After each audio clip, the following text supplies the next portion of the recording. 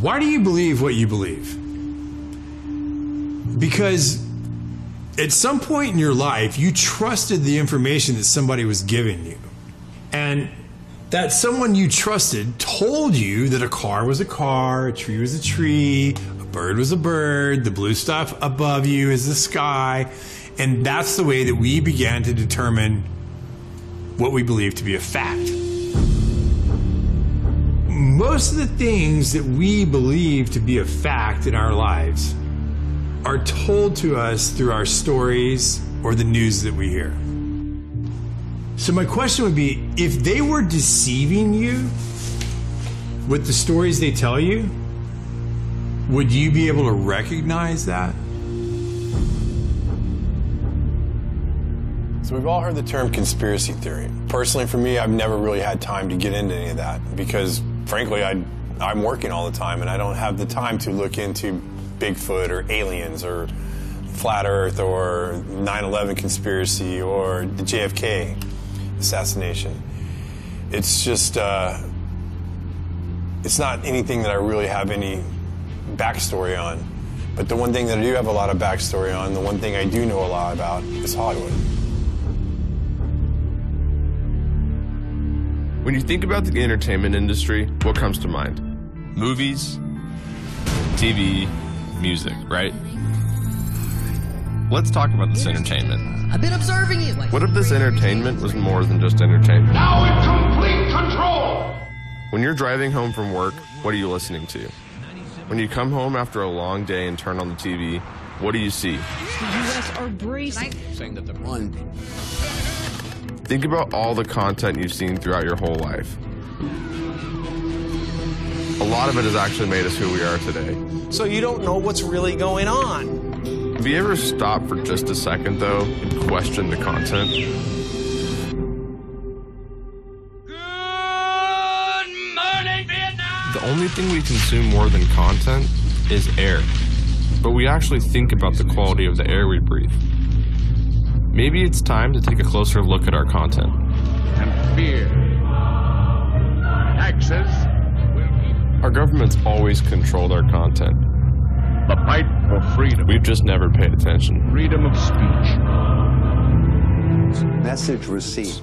The police occupy our community. To work with the CIA to destabilize foreign countries. This media that we're consuming at such a rapid rate, we need to slow down and think about what we're consuming. Bullshit going on. What if the people in charge didn't have our best interests in mind? Now we have to ask ourselves, who's influencing our content? Is the CIA involved in Hollywood? Yes.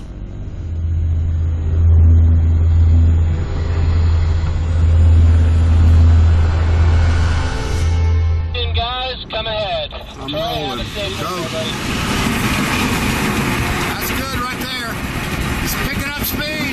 Go, go, go. Go, go, go. Go, go, go.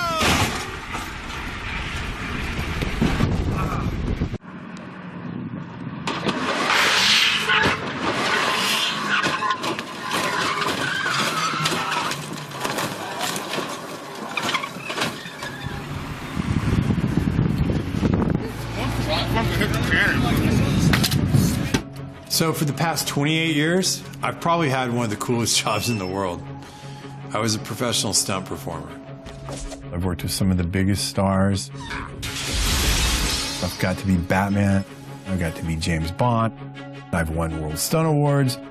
I am in the Screen Actors Guild. I'm in the DGA. I'm in the WGA. And last year, I got into the Academy, the Oscars.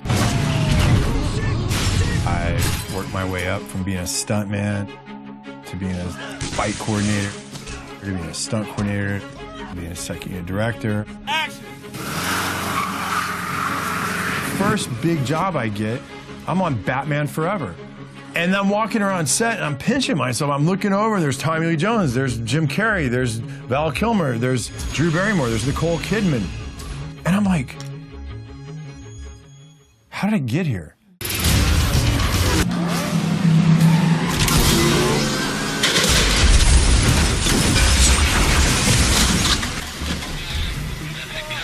I didn't really say I'm gonna go be a stuntman. I wanted to go make movies. But being a stuntman was the easiest way for me to get into the business.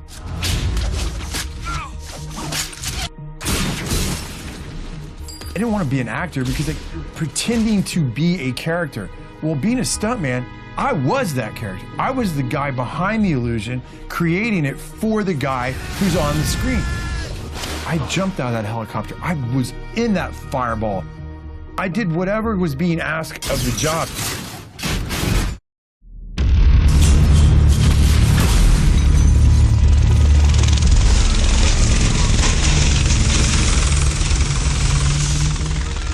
I've had an amazing career, and I've had an amazing life. 2, 1, action! All right, that's a cut. But in the system that exists today, as I get up the ladder, I realize it's not what people think it is. It's an illusion. It is a complete illusion. We're going to put our pick and our turning suit and our In 2014, I was working on a television show up in Portland, and I had a catastrophic injury. I've done this stunt, probably variations of it 20 times over my career. It was nothing. It was a small fall down into a stairwell. I did the first take fine, the second take, I knew I could do it better. I went up and I fell over the rail and I landed on the pipe down below and I burst fractured my L2 vertebrae and I was paralyzed from the waist down. When you are injured, when you are catastrophically injured and it changes who you are, I knew from that day I would never be the athlete that I once was. And I always told people as a stuntman, the worst possible injury you can get is a lower back injury. You can break your legs, your arms, whatever, but if you injure your lower back or your hips, your pelvic region, you're done. There was 2 years that I didn't think I would ever live without pain. One of the issues I was dealing with at that time was I had lost the feeling, and I still have numbness in my thighs and on this half of my pelvic region. I was going to physical therapy and the lady looks at me and she goes, "This isn't really helping you. You're way more advanced than this stuff." And I go, "Yeah, I do this every morning." She goes, "Well, what's the real issue?" I said, "The real issue is my pelvic region." And so she said, "Okay, well, there's a woman who works here and she is a pelvic floor therapist." So how I met Mike, I met him, his spine was broken and he had partial paralyzation of his pelvic floor area. We help people when they have problems with the most important functions in your life, bowel, bladder, and sexual function. So one day we're in the middle of therapy and she stops me and she says, "Mike, I feel like you have really dark spirits over you. Can I pray for you?" And I was like, "Pray for me?" I'm like, "Yeah, sure, pray for me. I don't really believe in that stuff anymore, but yeah, go ahead, pray for me." So she prays for me. And I was kind of thinking while she's doing it, okay, this is weird, but okay, whatever. So for the next 2 or 3 months, I would go, and then every now and then she would stop me and she'd say, "Hey, can I pray over you?" I was kind of a little bit disgusted with his personality because he was all about himself and money, and I think the Lord had a lot of work to do in terms of humility with him. He made it very clear that he thought I was crazy, but he let me. After she stopped one day, and I said, "You are either 100% batshit crazy, or you think all this is real in the spirit world." And she looked at me and she said, "Michael, I am one of the only pelvic floor therapists in Southern California at the time. And when these satanic people and these evil people do their rituals to little girls and women and boys, who do you think puts them back together? I do. It's completely real, and you need to look into it." My awakening, it didn't happen at church the way that some people find God. I just pretty much had given up my faith, and I'd given up where I was at, and I was just kind of at the point where I was like, okay, well, I'm going to have the best time I can here, and when I die, that's it.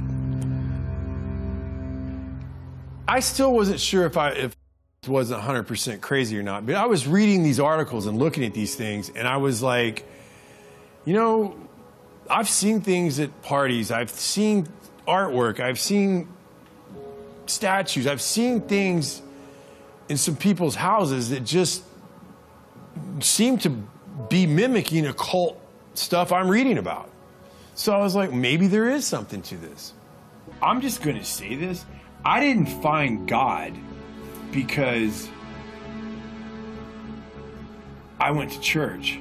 I found God because I realized that the Luciferian and the other side, the occult world, was real, and that I had been fooled for all these years, and I then got really scared. I got really scared because this was the first time in my life that I was having to question my own reality. Physically, I was crushed. I wasn't going to be who I was. And spiritually, I mean, if I'm being honest, I didn't know anything about being a Christian. I mean, really. And then professionally, everything that I knew about my career, I was starting to look at in a different way. I was starting to question my career in Hollywood from a different perspective. So I got off of social media and I made an anonymous account. I started reading blogs, looking at articles. I started reading books. I started watching videos online. I just started searching for the truth, and I was finding accounts that were searching for the truth themselves. They weren't mainstream accounts. These were accounts online that I felt like were like me. They were just looking for what the truth was. I didn't believe I was getting the truth from CNN, MSNBC, Fox. I didn't believe any of them. I just wanted to read it, absorb it, and digest it, and trust what my gut told me I was reading. As I did my research, I began to understand there's a very small group of people that influence all the companies that we watch. So they used to call them the Big Six.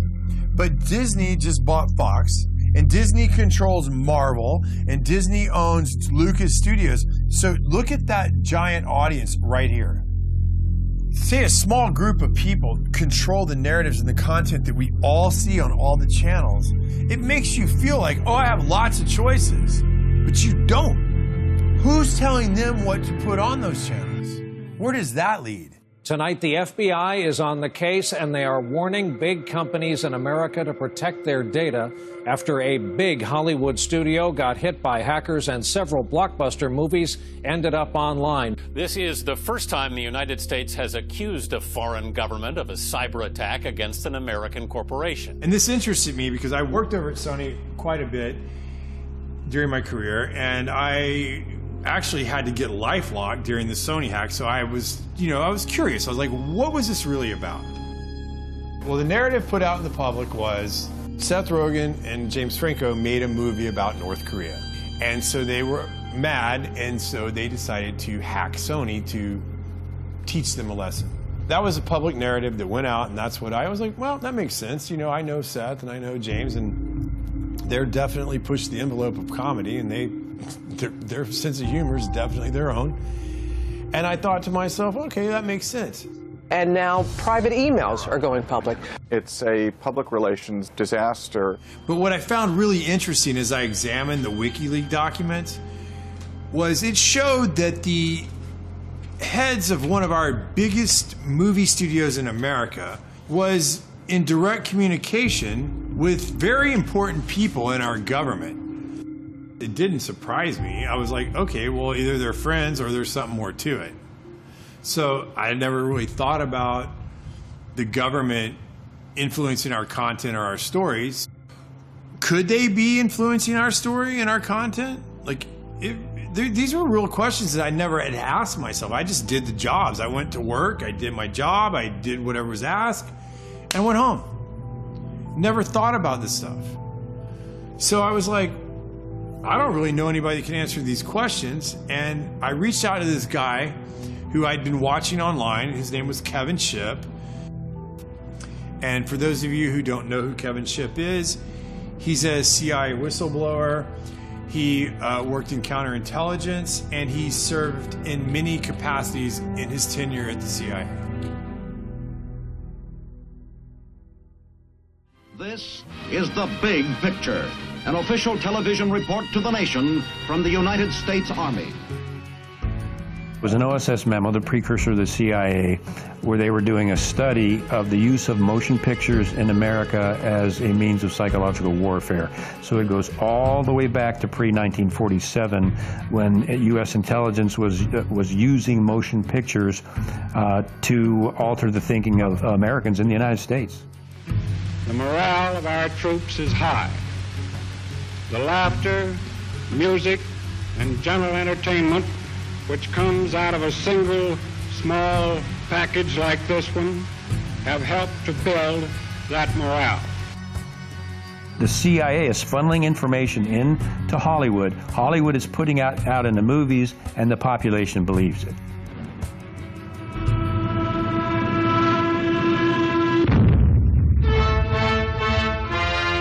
Taxes to bury the Axis.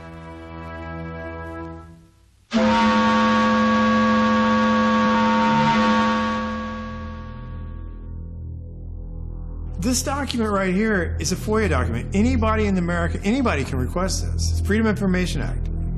And in the 40s, they were telling you they controlled the radio stations. They controlled most of the mainstream media. They're telling you right here that motion pictures are used as psychological warfare. Why would they stop doing it? At no time has the CIA engaged in any political activity or any intelligence activity that was not approved at the highest level. Alan Dulles groomed and recruited Ian Fleming, and Dulles and the CIA actually helped Fleming write his books and paint the CIA in a favorable light. And they also, Dulles helped produce Thunderball to make the CIA and agents look like honorable, cool people. The CIA actually helped him write the books and write the script for that movie. And then the president of MPAA was actually providing intelligence to the CIA as an operative in that position in Hollywood. Mr. Fleming, in your books there's a great amount of detail. Is this detail based on personal experience? Do you make it up? Where does it come from? Well, I can say it's 90% from personal experience, really. Of course, if I started sticking too close to the true espionage work of today, I should be in trouble with the Official Secrets Act in England, even supposing I had access to information.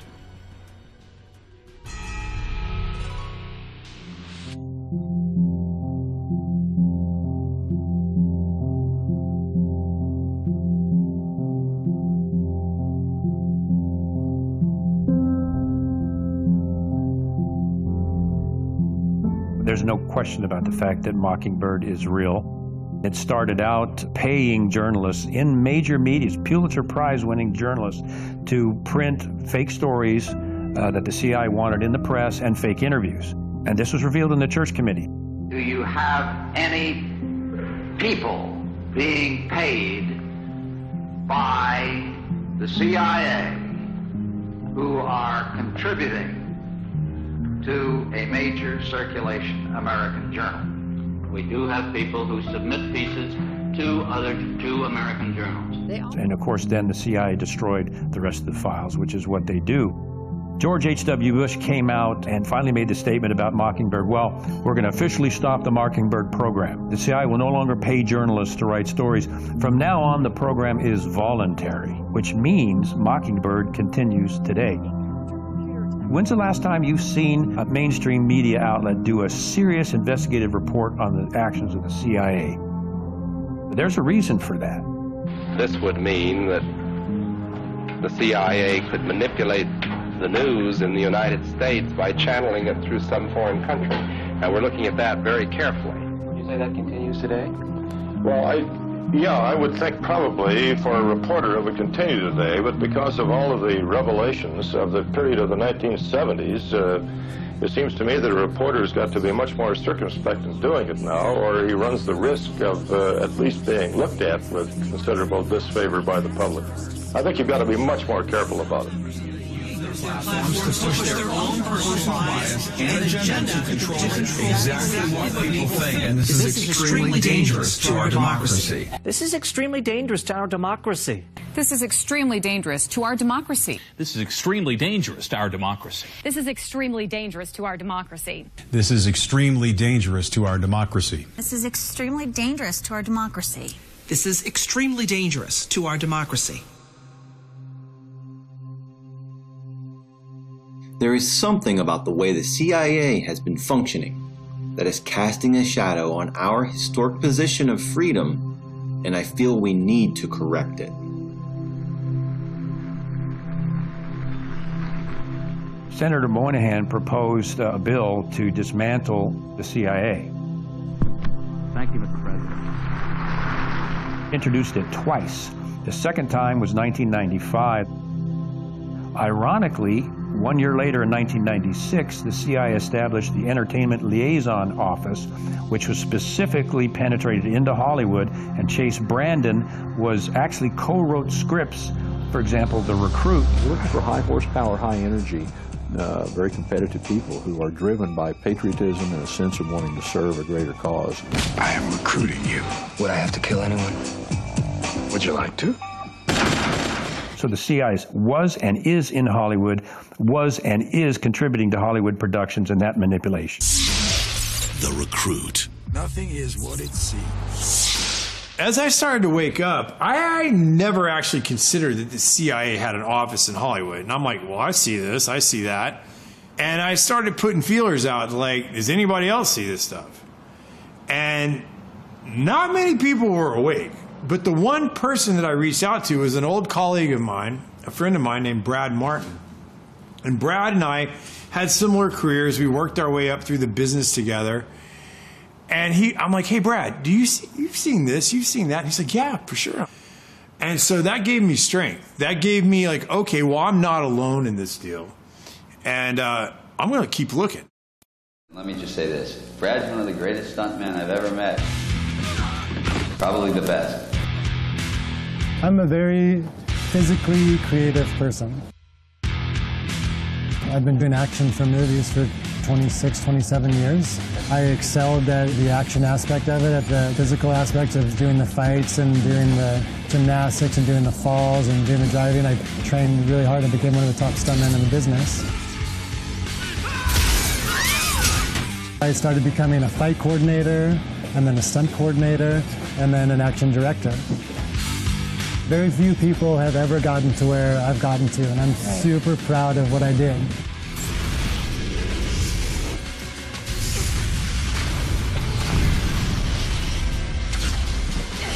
I mean, I had a very idealistic view of the movie business, and I've been disillusioned a few times. It feels very much like there's an agenda in every movie. I realized that it was more of a machine, and it was more of they just needed content to put out there for the masses. I stopped really watching TV. I stopped really watching movies. And one of the reasons why I stopped watching movies is I got into my research and what's going on in the world right now, and all the corruptness and all of the plot twists of reality. And I started realizing that reality is 20 times more interesting than Hollywood. I mean, I was a Hollywood buff. I loved all of those movies, but now they're meaningless because I know what's going on right now actually has purpose and has a meaning, and there are consequences. And once this story is told on what's happening in the world right now, and all of the powers that be battling each other, it will be the greatest story ever told. Like, for instance, I saw something on History Channel talking about how the CIA helped Disney buy all the swampland in Florida. Well, why on earth would they do that? His lawyers in charge of purchasing the parcels had served in military intelligence during World War II and knew how to keep a secret. And they used several different companies, none with Disney's name, to acquire the properties. Now I go down this rabbit hole of what does the CIA have to do with Hollywood, or at least with Disney? Washington, D.C. is definitely in Hollywood. I have seen documents of the DoD and the CIA writing to the studio heads, guiding them in certain fashion.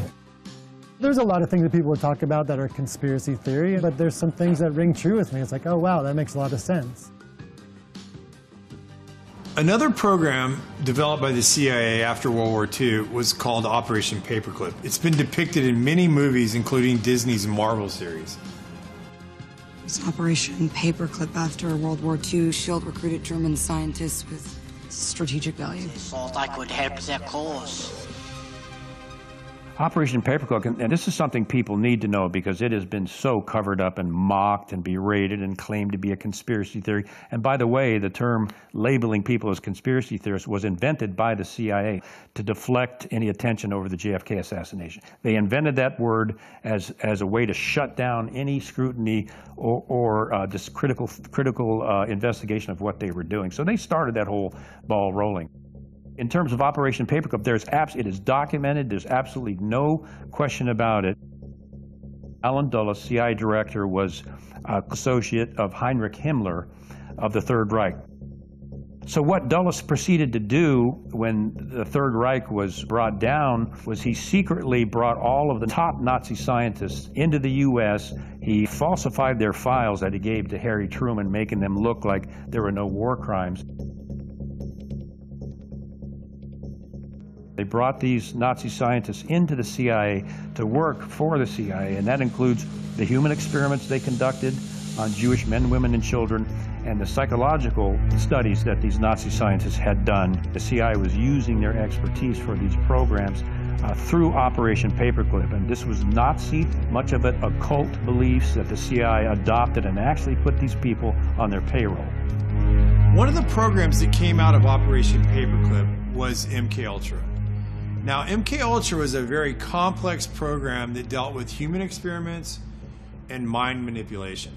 As this 1952 CIA memo says, the aim is controlling an individual to the point where he will do our bidding against his will, and even against such fundamental laws of nature as self-preservation.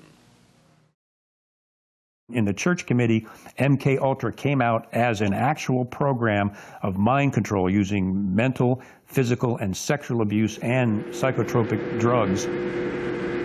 Lysergic acid diethylamide, LSD. It was one of the first times that anybody had run into a powerful drug that was different than anything else that they knew anything about.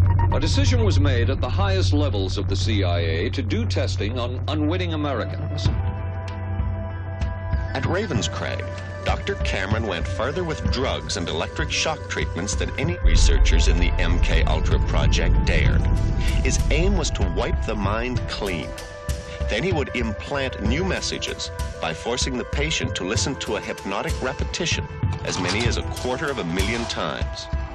This was called psychic driving. He would give the patient intensive electric treatment. He would attempt to implant new ideas in the mind of the patient. Now, to a layman, it would appear that Dr. Cameron was trying to take the slate and wipe it clean, the slate being the mind. In other words, brainwashing. Exactly, that's a very good comparison. Brainwashing. Yes, to that. No. Oh, good heavens. You're doing fine. Just try to describe it. Oh, you don't know. You want to give yourself. You want to give yourself surgery. How do you feel inside? Inside. I'm really inside. Nobody explained it to me. Nobody ever asked me if I was willing to do it or anything. They put me on sleep treatment. And now they kept you asleep for 23 days. And while I was asleep, they were shocking the heck out of me with electric shocks and playing tapes. Why are you letting responsibility?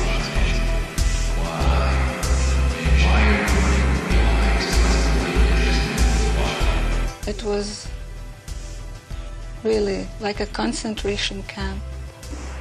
What a feeling that is. You mind if I look this way? You look that way. There's nothing for you to watch here, but you're going to talk to me as we go along.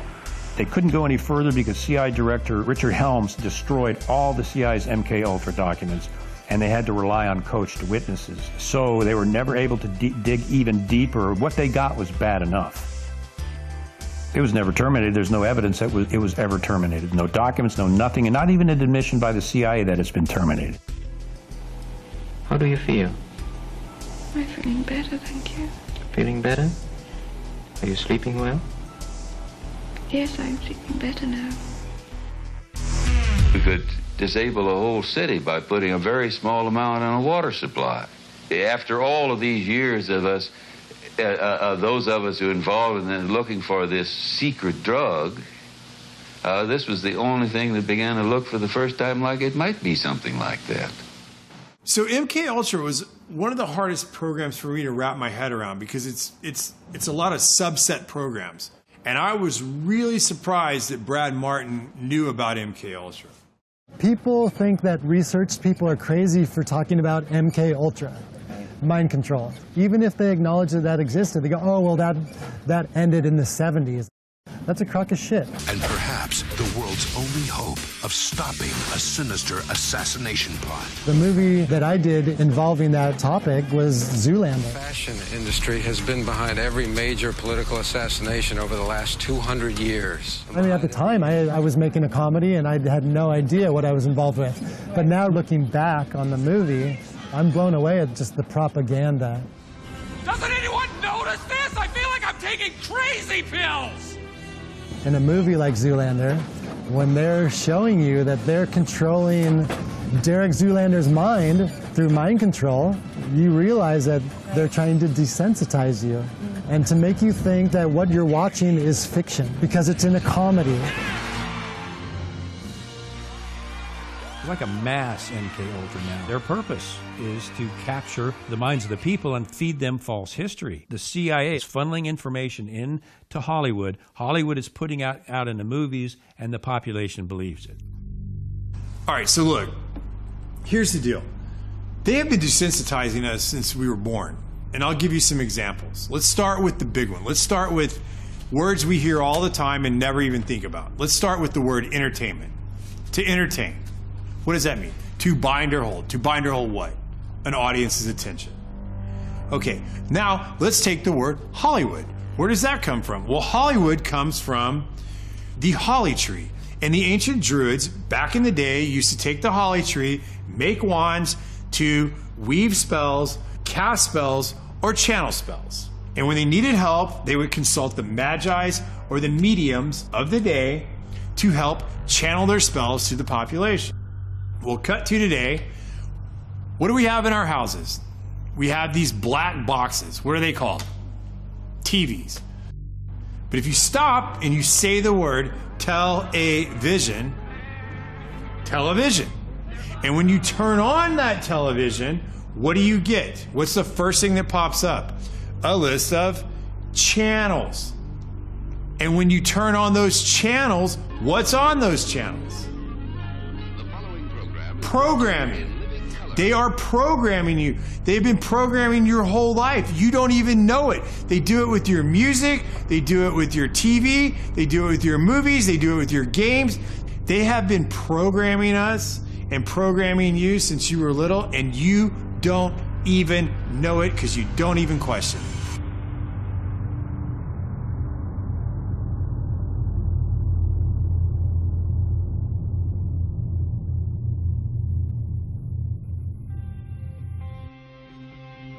Starting in 1900, we entered a previously unimaginable time of modern technology. Advances that allowed the rulers of this world to construct and direct our stories in ways we previously never imagined. As a result, new techniques to control the population were realized. These are the people from the companies that we have trusted to deliver us our news and tell our stories. This has always been about controlling what we as the population think and hear. They help create our culture and influence our society. We as citizens only trust them because as a society, we think that the gatekeepers have our best interest in mind. The dangerous, edges here are that he's trying to undermine the media, trying to make up his own facts, and it could be that while unemployment and the economy worsens, he could have undermined the messaging so much that he can actually control exactly what people think, and that is our job. That is our job. That is our job. Our job. As I was researching, I found that most of the early communication companies were developed for shipping or aviation. And a lot of the men that started these companies were commissioned by the military during World War I and World War II. Many of these men worked for the Army and Navy intelligence services along with the OSS, which we know became the CIA. There were many examples of these men becoming the heads or founders of some of the biggest motion picture and media companies before and after their government or military service. I wanted to know how many of the media companies in today's world connected back to Washington. So I started looking. It was like a family tree. The connections between our government personnel and the media corporations was unbelievable. Google, Amazon, Netflix, Twitter, CNN, ABC.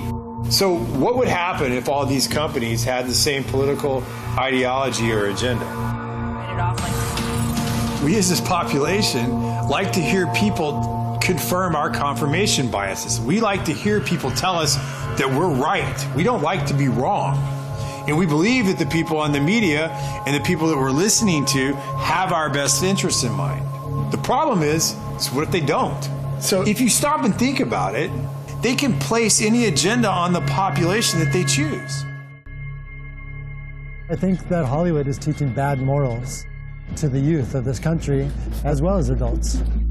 Desensitizing of violence to the masses. You can't deny that. My kids have seen so many people get killed in very violent ways. 3 times as much gun violence now. And the sex that's in PG-13 movies. Why? Every Disney movie, there's a major character, usually a parent, that gets killed. Trauma to the child. Why? It's so horrible. What a bad story. Why do you need to start a story with a parent dying? Always. It's so sad. Under MK Ultra, they experimented on children. We were even taught this in psychophysiology program that if you get to a child between ages 1 and 6 or 1 or 8, especially with sexual abuse or sexual trauma, you will split their personality and they will be imprinted the rest of their life. And many times that results in split personalities and dissociative behavior and other things. These occult topics are being introduced to our kids, and most parents aren't even aware of it.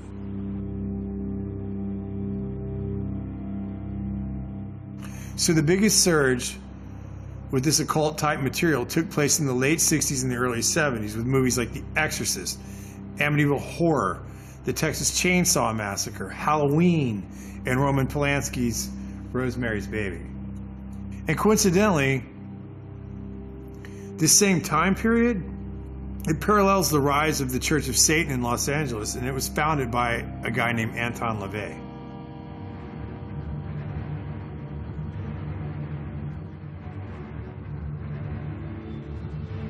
So it is done. When I was a police officer, we had cases of satanic cults right in Arlington, Virginia. Those have been around for decades. They're in the high schools, they're in the colleges, they're in the government, and they're in Hollywood. I got to meet people like Sammy Davis and that kind of shit. Sammy told me he worshiped the devil. Sammy was like, Satan is as powerful as God. And I was like, what the fuck are you talking about? He says, why do you think there's so much anger in the world and killing and murder and Satan? And he saw my reaction to it, and he kind of lightened up on it. And he was like, the Dantana is dark, and it's the candles on the table, and Sammy's face over the candle. Satan is as powerful as God.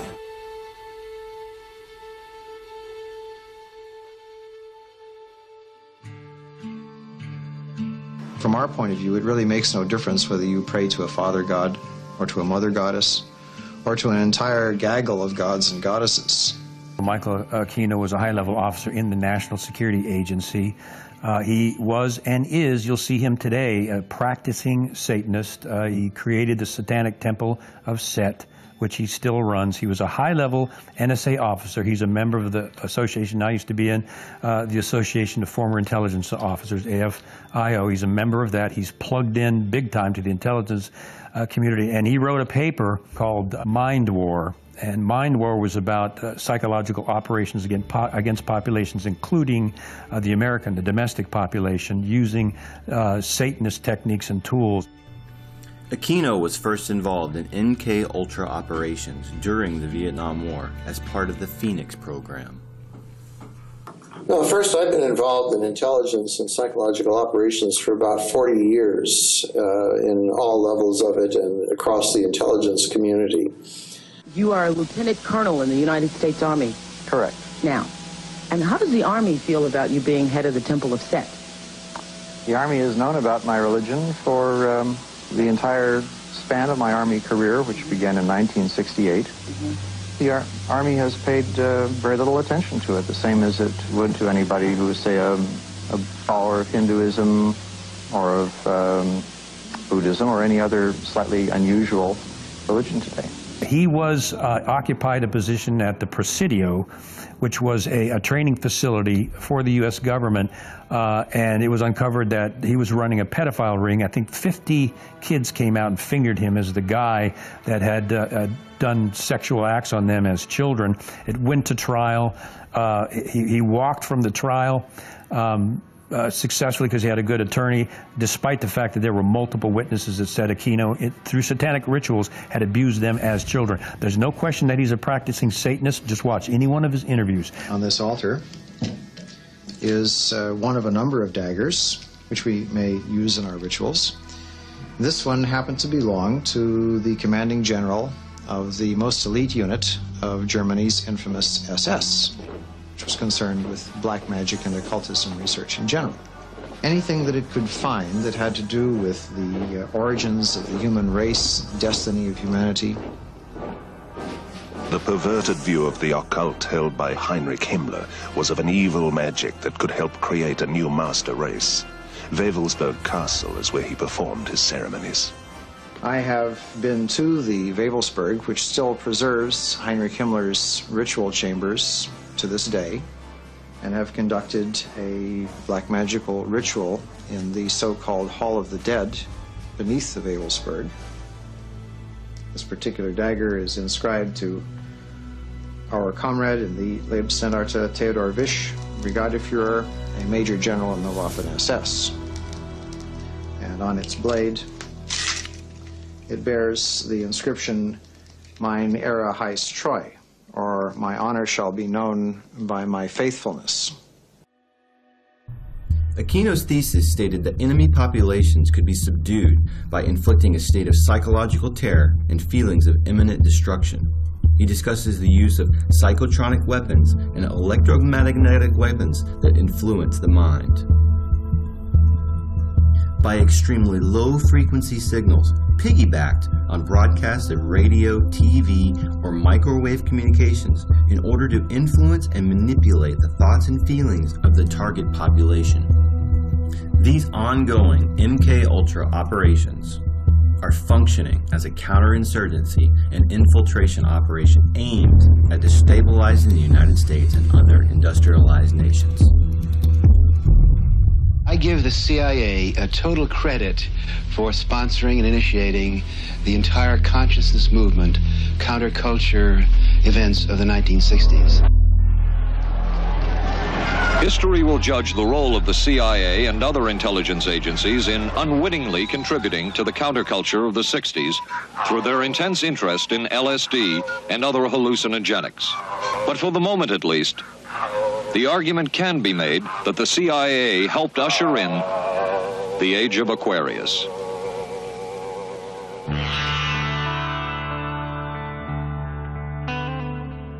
Laurel Canyon was the epitome of the summer of love. I mean, we saw the possibility of the way we could live. It's odd because in Laurel Canyon, so many of the soon-to-be stars there, their parents were in either the military-industrial complex or intelligence or the Pentagon. In Frank Zappa's case, His dad was working at Edgewood Arsenal, where they were doing biochem studies, psychotropic, and exposing U.S. troops to VX nerve gas and other things. The family kept gas masks in their house. He grew up with that in case there was an accident. And Edgewood Arsenal was doing this very similar, related MK Ultra projects on U.S. troops. The Gulf of Tonkin is another prime example. The commander of the Gulf Fleet in the Gulf of Tonkin, his son was Jim Morrison. They claimed the USS Maddox was attacked by Vietnamese vessels. It was never attacked. As a matter of fact, they put ghost ships on the radar to make it look like they were Vietnamese ships. The Maddox was never attacked. It was an actual, literal false flag to enable the U.S. to declare war on Vietnam. So Jim Morrison's dad was involved in the false flag of the Gulf of Tonkin. After talking to Kevin, I started looking into Laurel Canyon. I drove down Laurel Canyon to Hollywood almost daily when I first moved out there, and I never knew that there was an old Air Force base called Lookout Mountain U.S. Air Force Base at the top of Laurel Canyon. And what's funny is, if you do the history of it, it's owned today by a guy named Jared Leto. Another tactic developed out of the MK Ultra project was the use of compromise and control via honeypots. The decision was made to do testing on unwitting victims. It was decided they should be on the fringes of society because they were most vulnerable. We did quite a study of prostitutes and their behavior. How do you take a woman who is willing to use her body to get money out of a guy to get him to talk about things which are much more important, like state secrets? We learned a lot about human nature in the bedroom. We started to pick up knowledge that could be used in operations. There would be victims in all of this. As one agency memo says, we have no answer to the moral question. That's one of the CIA's favorite tactic, are honeypots. And I work with CIA psychologists, and they're dirty. I always felt that every house should have its own secret panel. Mm-hmm. Oh, I see. You lift this up. Mm-hmm. This is a trap door. Opens up and looks into the cave, or what time is called the Wu Grotto. Oh, boy. They're running blackmail operations where they're getting very well-known government and private industry elite people in compromising positions at the Playboy Mansion, on Epstein's plane, on Orgy Island, and they're photographing them. And after that, it's like Congressman so-and-so or CEO so-and-so. I wouldn't bring that up if I was you, because we got photographs of you with a 14-year-old girl on Epstein's plane, for example. And you talk about shutting somebody up permanently, that's how they do it. What happens in the grotto stays in the grotto. Okay. Look, it's pretty simple if you think about it. To control the population, you have to control the people messaging the population. Some of these stars have 20, 30 million followers. That's more followers than CNN, Fox, ABC, NBC. These people have to be controlled. They can't just go off a message and start saying whatever they want to say. They have to be somewhat reined in. They have to be controlled, or they do not get the platform to have the voice that they have. Forget the politicians. The politicians are put there to give you the idea that you have freedom of choice. You don't. You have no choice. You have owners. They own you. They own everything. They own all the important land. They own and control the corporations. They've long since bought and paid for the Senate, the Congress, the state houses, the city halls. They got the judges in their back pockets. And they own all the big media companies, so they control just about all of the news and information you get to hear. They got you by the balls. It's a big club. And you ain't in it. You and I are not in the big club. And by the way, it's the same big club they used to beat you over the head with all day long when they tell you what to believe. All day long, beating you over the head in their media, telling you what to believe, what to think, and what to buy. The table is tilted, folks. The game is rigged. And nobody seems to notice. Nobody seems to care. Good, honest, hard-working people, white collar, blue collar, doesn't matter what color shirt you have on. Good, honest, hard-working people continue. These are people of modest means. Continue to elect these rich cocksuckers who don't give a fuck about them. They don't care about you at all, at all, at all. Man. You know? And nobody seems to notice, nobody seems to care. That's what the owners count on, the fact that Americans will probably remain willfully ignorant because the owners of this country know the truth. It's called the American dream because you have to be asleep to believe it. If you stop for a second and you just look at the bigger picture and you check out for a minute and you kind of compare the ancient times to today, well, back then they had like what, demigods and gods. They were like Achilles, Hercules, Apollo, Mercury. All these were demigods. And that's who the people in those days looked up to. Well, today we have all these people like Jay-Z, Rihanna, Beyonce, Lady Gaga, Katy Perry. In film, we have Brad Pitt, Will Smith. We have all these big stars. And the way they prop them up and they put them up on stage is like they're gods or demigods. In this room are some of the most important TV and film executives in the world, people from every background, but they all have one thing in common. They're all terrified of Ronan Farrow. He's coming for you. He's coming for you. Look, talking of all you perverts, it was a big year. It was a big year for paedophile movies. Surviving R. Kelly, Leaving Neverland, Two Popes. Shut up. Shut up. I don't care. I don't care. Most people don't want to cross the psychological line that this stuff is going on. And we all have a mental defense mechanism. It's like finally admitting there's an elite pedophile ring. I mean, most people just don't want to go there. And the same is here. Psychologically, you lose your safety, your security, and whatever innocence you have when you realize that this stuff is really going on. And it's a chore to cross over that barrier and realize, oh my gosh, this stuff is really happening. And that's why it takes critical thinking. The people have got to look at this stuff critically and see what they're being fed so they can cross that psychological line that they just refuse to see it when it's right in front of them. When Kevin said there's an elite pedophile ring, well, I'm thinking to myself, this is a hard thing for me to come to terms with. Now, it made me start thinking about conversations and things I'd heard, but I never saw it. It's not out in the open. And to me, I was like, no one could do that. Because, I mean, if I saw someone hurting a kid, I would kill them. I mean, I would literally kill them. I would never allow someone to hurt a child in front of me. Things Kevin was saying were things that were hard for me to cross the barrier. I did not want to believe it. I didn't want to go there. But as I went down this journey, I forced myself to go consider, what if this is real? And the only person that was talking about this stuff was a girl named Liz Crokin. And the media had declared her completely out of her mind. But as I started researching some of the things she was reporting on, I was like, there's truth to what she's saying. So I want to talk to her. I started working in journalism at a very young age. I got my first job working for Fox Chicago at about the age of 17 years old. At the University of Iowa, I studied political science and journalism. One semester, I interned for Bill O'Reilly at Fox News Channel.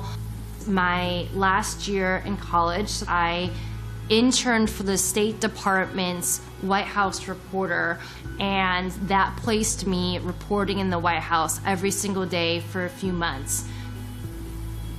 I went on to work for the Chicago Tribune, and my first boss there told me that everything that I should get should be checked over and over and over again and verified to death. That's how I was trained, and that's what a true, honest journalist does. I started covering local politics and local hard news, and then eventually I got my own column for 7 years where I interviewed tons of celebrities and politicians and musicians, and worked at Us Weekly, and then at one point I worked at In Touch Weekly magazine. But then in 2015, I felt the need to get back into covering hard news, and in early 2016 I started working for Town Hall, and then eventually I started working for the New York Observer and broke a lot of election-related stories. I worked in media for over 2 decades, and I never had any issues. I was very well respected. I basically was embraced by the mainstream media until I started reporting on Pizzagate.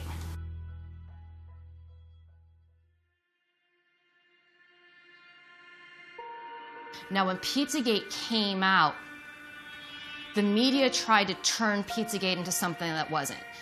Surprises of the presidential campaign was the explosion of fake news on the internet.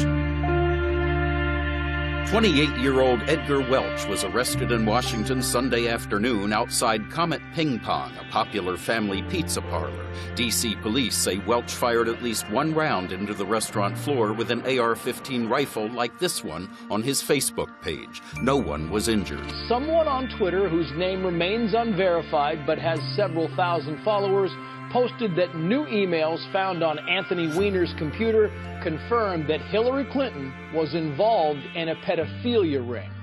The rumor spread, inspiring some newfound internet sleuths to start digging around in John Podesta's hacked emails, searching for proof and location of the so-called sex ring.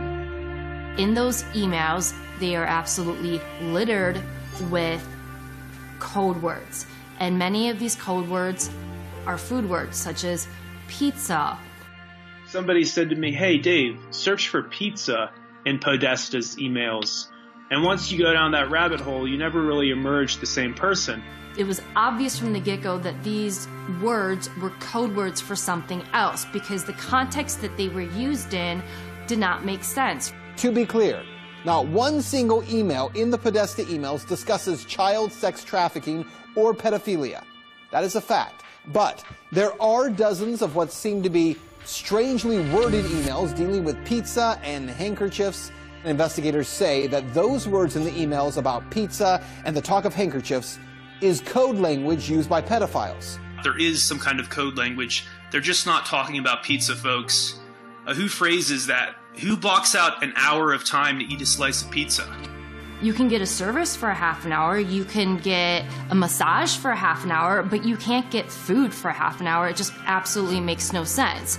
There's other ones like, the realtor found a handkerchief. I think it has a map that seems pizza related. And another one is, Obama spent $65,000 flying in pizza and hot dogs from Chicago. Are we using the same channels?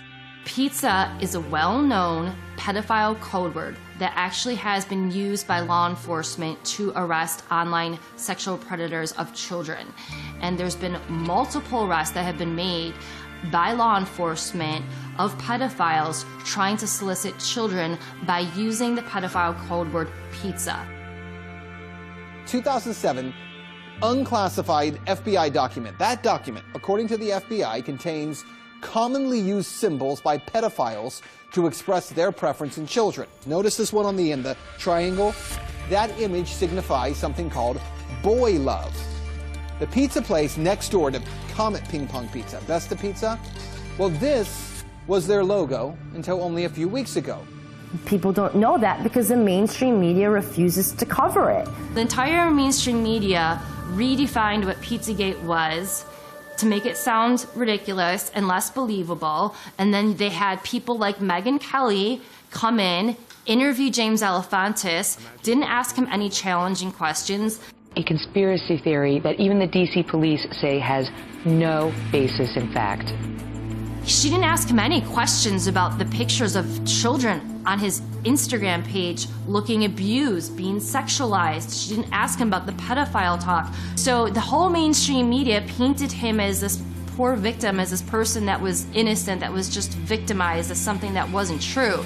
But just his Instagram page alone should have been enough for authorities to look into him. Investigators have already proven there's nothing to the story, right? Well, actually, no.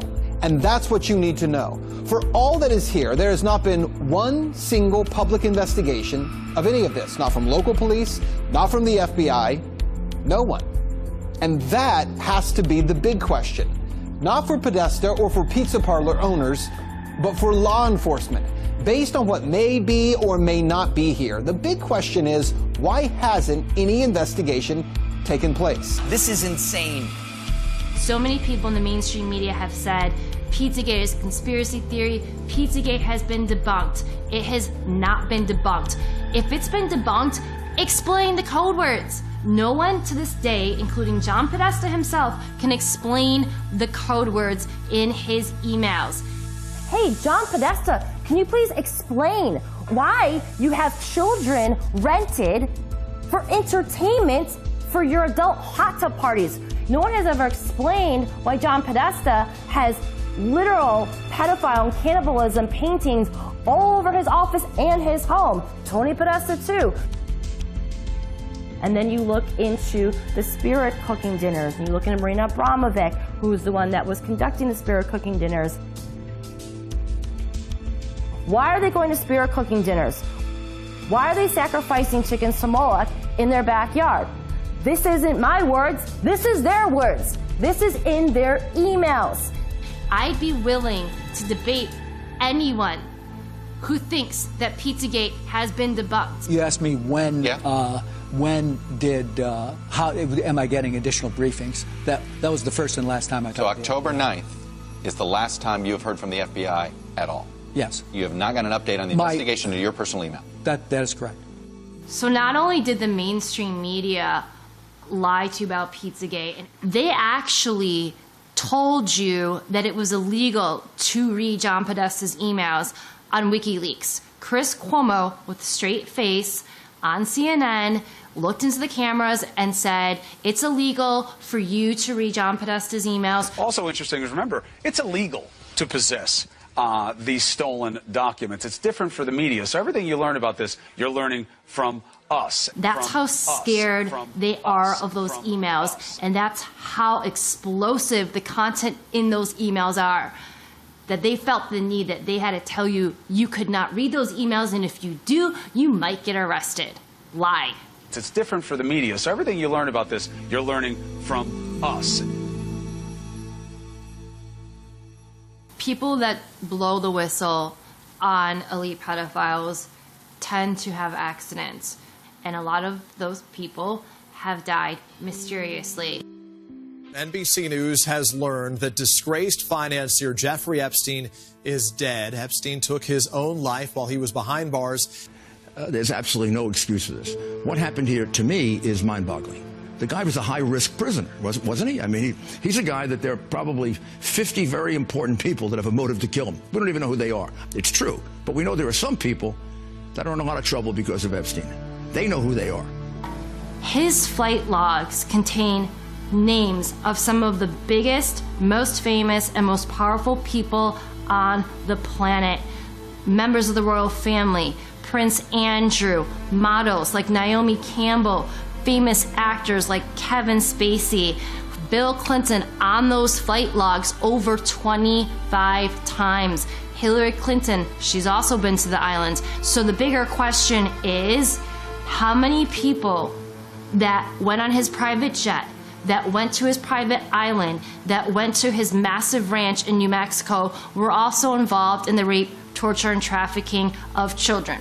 It hides in plain sight. Epstein was hiding in plain sight. We all knew about him. We all knew what he was doing. But we had no one that was,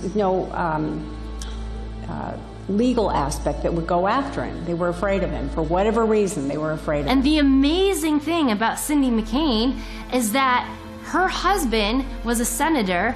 She was on a board with the governor of Texas. She knew about Jeffrey Epstein. She did nothing.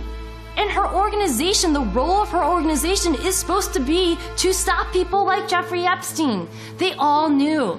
They did nothing about it. When Ricky Gervais said at the Golden Globes, you're all friends with Jeffrey Epstein, he wasn't lying. So in the end, he obviously didn't kill himself, just like Jeffrey Epstein. Shut up. I know he's your friend, but I don't care. You like to make your own way here in your own plane, didn't you? Right, but... And how many of those elites have been to his islands? Not only is the mainstream media complicit, I would argue that they're accessories in the crimes against children. She told me everything. She had pictures. She had everything. She was in hiding for 12 years. We convinced her to come out. We convinced her to talk to us. It was unbelievable what we had. Clinton, we had everything.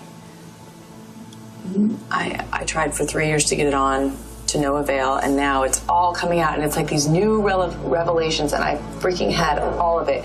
I'm so pissed right now. Like, every day I get more and more pissed because I'm just like, oh my God, what we had was unreal. Brad Edwards, the attorney, 3 years ago, saying there will come a day when we will realize Jeffrey Epstein was the most prolific pedophile this country has ever known.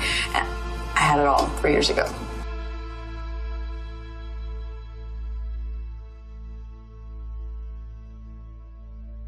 Then what happened in early 2018? Keith Raniere, who ran the NXIVM child sex trafficking cult, was arrested. Who else was arrested? Allison Mack. She's a famous celebrity who was on Smallville. She was also arrested for being a member of this cult that was involved in trafficking children. And not only trafficking children, they were running preschools down in Mexico. And NXIVM is another example of how these elite pedophile rings exist, because this was a massive organization. This was funded by really wealthy people, including the Seagram heiresses, Nancy Salzman and Claire Bronfman. So obviously they were using those preschools to traffic children. And the cult also engaged in human torture experiments on some of their members. And there actually was a civil lawsuit that was filed by 90 of their victims just the other day. So I imagine we are going to hear more about the human experiments, the torturing, the sexual abuse, and the child sex trafficking in this civil lawsuit. And a lot of the techniques that we see in this cult are very similar to the techniques that our government used in the MKUltra program. You guys are branding women with Keith's initials, and they were like, well, what's the bad thing exactly about that? Everyone in the outside world, aka the real world, is like, they're branding women? So I left. I went to the executive board and I said, I want my photos back, I want my videos back. The branding session was filmed. I want all of that back, I want my collateral back. None of that happened. And it's the same fear, mind control, and you'll be destroyed if you get into the upper elites. And if you get to that point, if you start revealing anything, they have the same system to completely destroy you, destroy your career, blackmail you like Epstein, catch you, film you in compromising positions. And this goes both within Hollywood and celebrities and some of the elite, and it also goes on in Congress and the Senate. And if they even insinuate that they're going to reveal some of these things, they're done. A lot of people here tonight felt like they lost. You know why? Because y'all been lied to. Google lied to you. Google. Facebook lied to you. Radio lied to you. The powerful people that be, whether it's the music industry or the movie industry, you are only allowed a certain level of success if you are willing to join their club, if you're willing to be part of their secret society, or if you're compromised. They will not let someone obtain a lot of fame and power if they can't control you. A classic example, at least for me, is Katy Perry. Katy Perry was a gospel singer, very talented, but she was going nowhere. And she got up to Hollywood, and basically they said, you want to be a success? You play by our rules. You step into the occult, and you start putting that in your videos. And now she's doing videos with her in hell, with satanic themes, and she's what? Highly successful. You see that over with Lady Gaga, who came out and actually said she was so tired of being handled and manipulated, she had to take a break. That this is this young, outrageous girl, wears strange clothes. She's into extremes. She's experimental. She have 43 million people on the Twitter following her, whatever she do, little monsters. And she came really very humble to my house and asked me if I can teach her. We made this workshop in the woods, and she was such a good student. She never cheated. She really went much farther than I asked her for. She is a limitless human being. As myself, a self-proclaimed pop performance artist, want to go home and slit my wrists, and I am nothing. I have achieved no sense of art. She is so boundless. Čuj za performance zbog Lady Gaga, odjednom su počeli se interesuju za moj rad, tako da je prešla sam iz te, mislim, normalne kulture u mas kulturu, što je... Marina Abramovic, of course, is in the Podesta emails, and she's the one that conducts the Spirit Cooking dinners. She said that Marina did an exercise with her where she stripped her completely naked and left her in the middle of the woods to fend for herself and find her way back. Those are the kinds of things that people who are behind the MK Ultra programs do to children that they're mind controlling. We know Marina Abramovic is a Satanist. You Google Marina Abramovic's name in Spirit Cooking and you will find hundreds of pictures of Marina Abramovic's events where they will have, for example, a cake that looks like a human being and they'll depict human cannibalism. And they claim they're not engaging in cannibalism. And you will find A-list actors and famous politicians and other very famous and successful, powerful business people at her events. They literally have food that look like human beings on dinner tables. He's Italian and Greek, I mean, you know. And a very good cook. And a very good cook. And I'm sure there's something very nefarious about that risotto recipe. So... After I started researching the cult, I learned that Satanists believe that they have to reveal who they are in some way, shape, or form. So that is why we see a lot of these occult members in Hollywood constantly flaunting symbolism.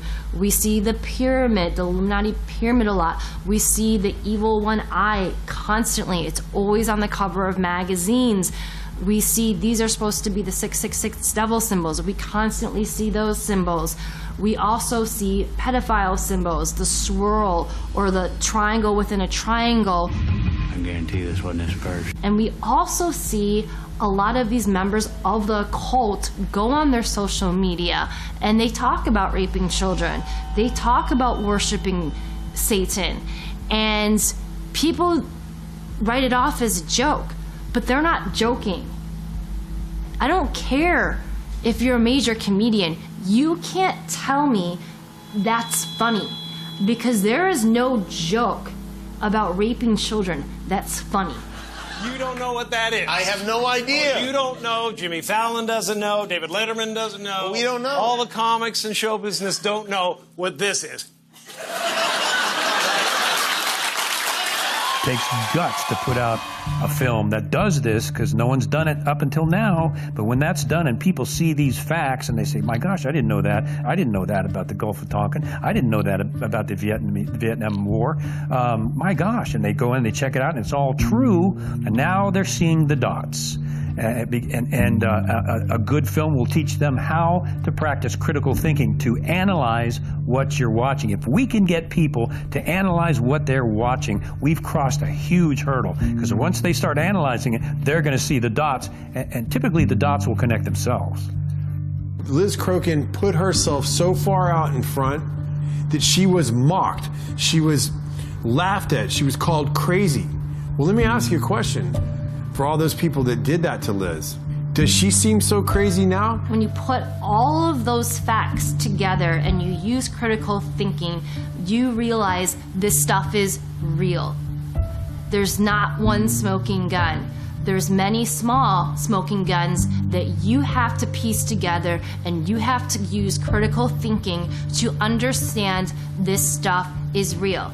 So again, the bigger question is, now that Jeffrey Epstein's been exposed and he's allegedly dead, how many of his friends that were frequent visitors on his sex trafficking islands were also involved in the rape, torture, and trafficking of children? And that's what Pizzagate is.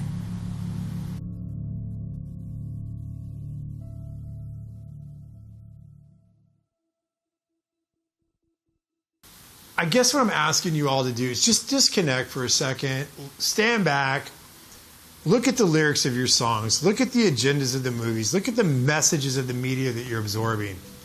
Because it's impossible to say that all of it's bad, like all of Hollywood's bad. That's not true. Like it's like saying all of the CIA is bad. There's a lot of good people that work in both industries that aren't bad people.